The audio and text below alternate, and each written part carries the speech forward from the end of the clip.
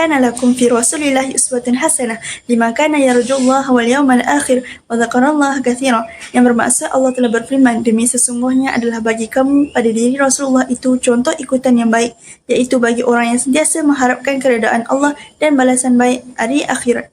Serta ia pula menyebut dan mengingati Allah banyak dalam masa susah dan senang. Merujuk kepada tajuk kerja kajian kami, amalan diet pemakanan mengikut Al-Quran dan Sunnah, Rasulullah SAW merupakan pemilihan makanan seimbang yang halal dan baik keadaannya. Tambahan pula, amalan diet ini dapat memberi manfaat kepada tubuh badan manusia dari segi mental dan fizikal.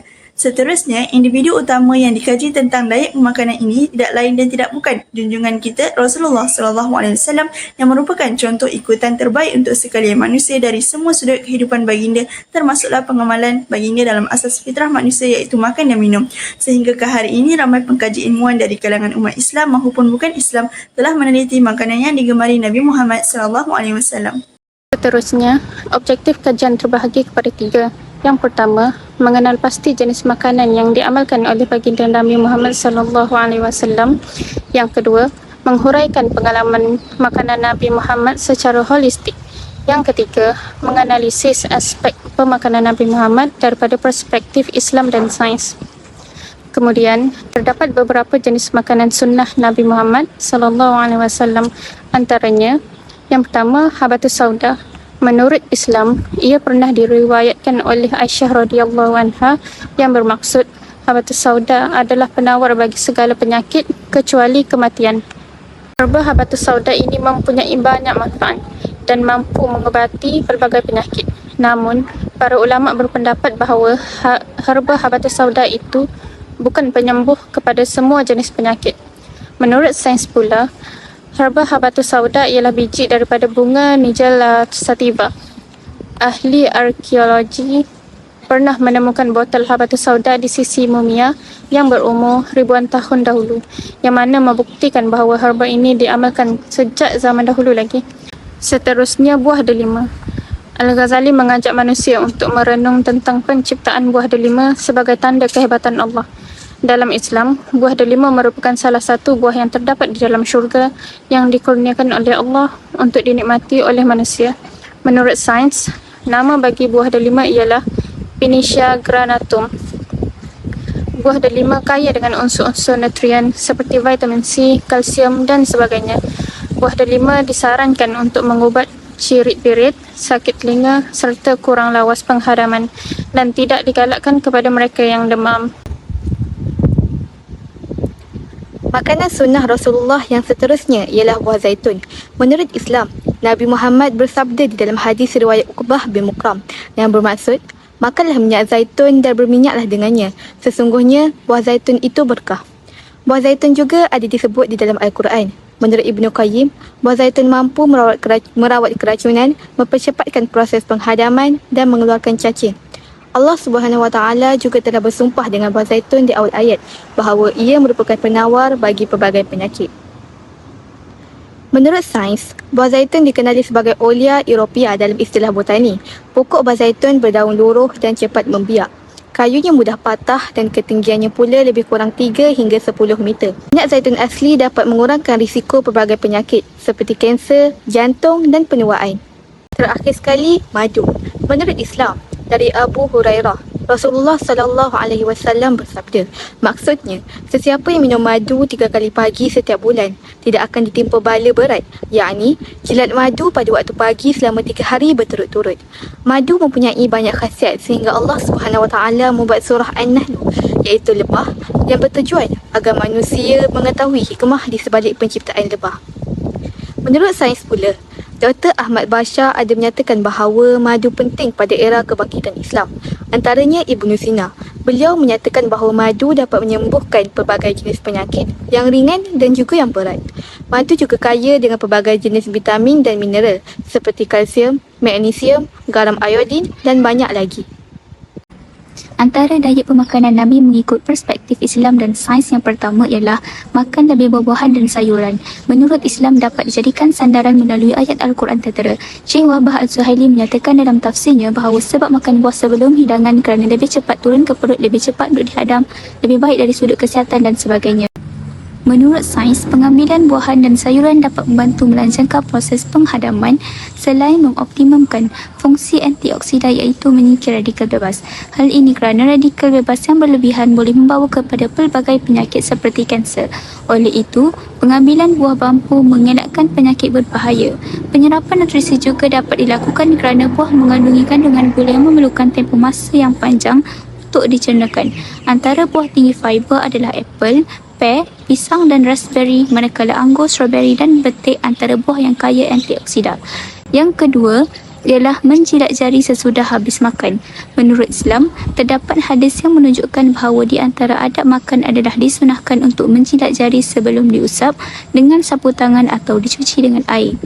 Menurut sains, perkara ini dapat dibuktikan kerana tangan kita terdapat enzim yakni enzim RNase yang dapat menurunkan aktiviti bakteria patogen yang ada pada tangan ketika makan.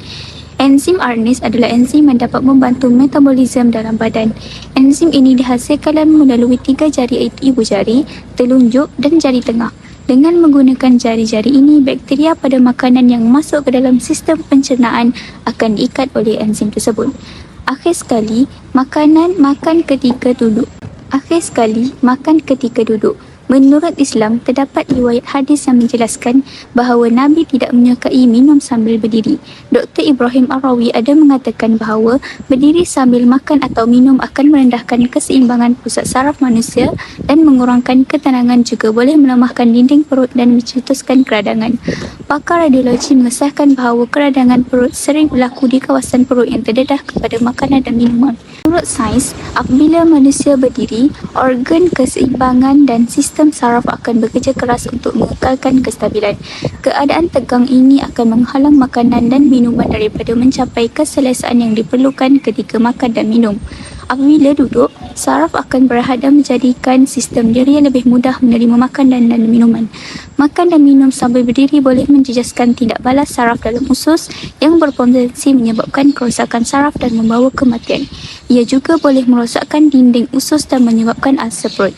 Penyempitan otot esophagus ketika berdiri juga boleh mengganggu penghadaman dan menyebabkan ketidakselesaan ketika makan dan minum. Kesimpulannya, kajian sains membuktikan makan lebih buah-buahan dan sayur-sayuran, menjilat jari sesudah makan, serta makan dan minum dalam keadaan duduk memberi kesan positif kepada tubuh badan manusia bertepatan dengan pengalaman sunnah agar dapat menjauhkan diri kita daripada terkena pelbagai penyakit yang berbahaya. Hampir semua keempat-empat makanan yang disebut dan dibincangkan sebentar tadi, iaitu buah zaitun, buah delima, habatus sauda dan madu, mempunyai khasiat dan kebaikan tersendiri. Keduanya, kesemua makanan ini telah disebut di dalam Al-Quran sebagai makanan sunnah. Telah dinyatakan dalam Al-Quran pada surah Al-Kahfi ayat 19 bahawa penghuni gua yakni Ashabul Kahfi telah diarah untuk mencari dan memilih makanan-makanan yang baik lagikan halal.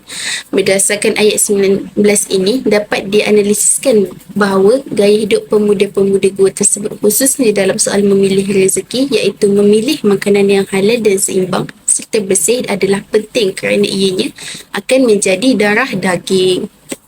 Menurut perspektif sains pula, pemakanan yang seimbang dapat menjadikan perkembangan mental seseorang tidak terganggu. Pemakanan yang seimbang bukan sahaja membantu fizikal tetapi juga memberi impak pada perkembangan minda dan daya kognitif. Nutrien seperti omega 3 yang terdapat dalam ikan dan kekacang dikaitkan dengan peningkatan fungsi otak dan memori. Makanan yang kaya dengan vitamin B kompleks pula membantu dalam perkembangan sel saraf dan sistem saraf. Oleh itu, amalan pemakanan seimbang penting untuk perkembangan dan kesihatan keseluruhan otak seseorang. Islam sangat mengambil berat tentang pemakanan yang seimbang, bersih dan suci serta halal kerana makanan merupakan satu keperluan asas harian yang diperlukan oleh manusia untuk meneruskan kehidupan. Tabiat pemakanan yang sihat merupakan antara faktor yang perlu diberikan perhatian oleh seseorang demi memastikan kesihatan terjamin serta terhindar daripada sebarang penyakit berbahaya. Menurut perspektif sains pula, Pengambilan makanan berkhasiat, berzat dan seimbang dalam diet seharian dapat membantu mengurangkan risiko beberapa penyakit termasuk kanser, serangan jantung, angin ahmar, tekanan darah tinggi, lebihan kolesterol, osteoporosis dan spina bifida. Oleh itu, dengan mengamalkan pemakanan yang seimbang, penggunaan wang kepada kesihatan dapat dikurangkan sekaligus tidak membebankan kerajaan untuk membayar kos perubatan kita akibat kecuaian diri sendiri. Dapat memberikan vitamin kepada tubuh badan. Menurut Islam, telah dinyatakan dalam surah Al-Baqarah ayat 168 bahawa Allah memerintahkan orang-orang yang beriman untuk memakan makanan yang halal lagikan baik. Konsep halalan thayyiban adalah menyeluruh. Makanan yang dimakan seharusnya daripada sumber yang halal selain berkeadaan baik iaitu bersih, selamat, menyihatkan, tidak memudaratkan dan semestinya bernutrisi. Sebagai contoh, kita hendaklah mengamalkan memakan makanan yang diperkaya dengan khasiat dan berakali seperti yang disunahkan oleh Nabi Muhammad SAW. Antaranya adalah kurma, delima, zaitun, anggur, bali, madu, cuka dan sebagainya. Bagus apabila seseorang individu mengamalkan pemakanan Rasulullah sallallahu alaihi wasallam, individu itu akan dapat menyelesaikan sesuatu masalah dengan lebih efektif. Seterusnya, mereka dapat menjauhi dan terbebas daripada segala penyakit-penyakit yang berbahaya. Dari Ibnu Abbas, Rasulullah SAW bersabda, "Ightanim khamsan qabla khamsin, syababaka qabla haramik, wa sihataka qabla saqamik, wa ghinaka qabla faqrik, wa faraghaka qabla syaghlik, wa hayataka qabla mautik." Yang bermaksud, manfaatkan 5 perkara sebelum 5 perkara. Waktu mudamu sebelum datang waktu tuamu, waktu sihatmu sebelum datang waktu sakitmu, masa kayamu sebelum datang masa kefakiranmu, masa luangmu sebelum datang masa sibukmu, dan hidupmu sebelum datang kematianmu. Melalui kajian ini, dapat disimpulkan bahawa menjaga kesihatan adalah sebuah tanggungjawab dan amanah kepada semua manusia. Kita telah dapati bahawa rahmat dan kasih sayang Allah Subhanahu Wa Taala itu terlalu luas kerana Allah telah menyediakan pelbagai jenis makanan yang halal dan seimbang. Seterusnya, daripada kajian ini kita dapat sedari bahawa Rasulullah juga telah memberi teladan yang terbaik melalui pemilihan makanan sunnah dan tata cara pemakanan baginda. Hal ini dapat dibuktikan lagi dengan kajian sains kesihatan yang telah menjelaskan bahawa makanan sunnah dapat memberi manfaat kepada tubuh badan manusia. Oleh itu, amalkanlah diet pemakanan yang seimbang dengan disertakan kaedah yang betul seperti mana yang diajarkan oleh baginda Rasulullah ataupun panduan yang telah diuji secara saintifik. Dan jenis makanan dan tata cara yang betul ini diharapkan dapat memudahkan seseorang hamba untuk mengabdikan diri kepada Allah Subhanahu Wa Taala.